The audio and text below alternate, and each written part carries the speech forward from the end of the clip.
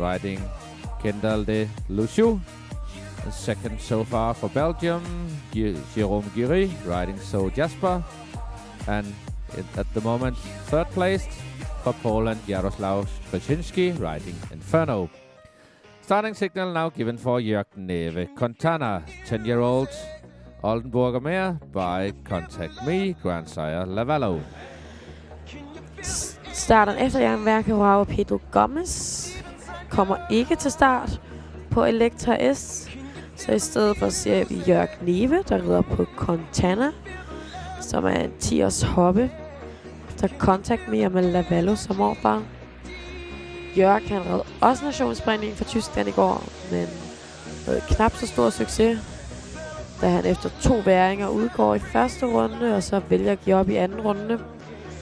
Det er jo det, der er lidt med nationsspringning, og det er altid lidt svært, når ens hest har stoppet 2 gange i første runde, så det er ikke altid så sjovt at skulle ride ind i en anden runde.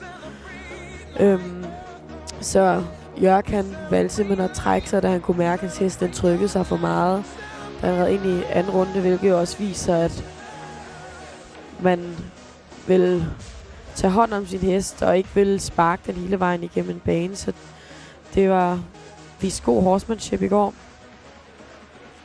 Jörg, han har ellers rigtig mange internationale Grand Prix placeringer også.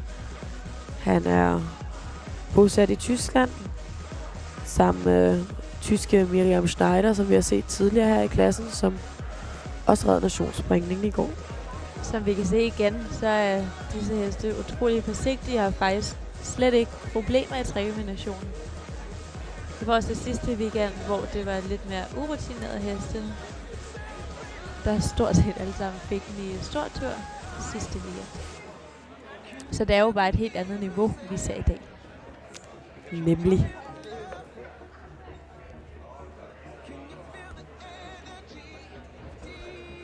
Double clear round for Germany. Jörg Neve. Time was Ja, så har vi en, der var lige ved at næsten slå det unge talent Petronella Andersson. Heldigvis ikke. Men hun ligger altså stadigvæk i spidsen med et halvt sekund forspring. Super flot runde op. Det er også altid, altså nu Petronella, hun starter som 9. starter i den her klasse.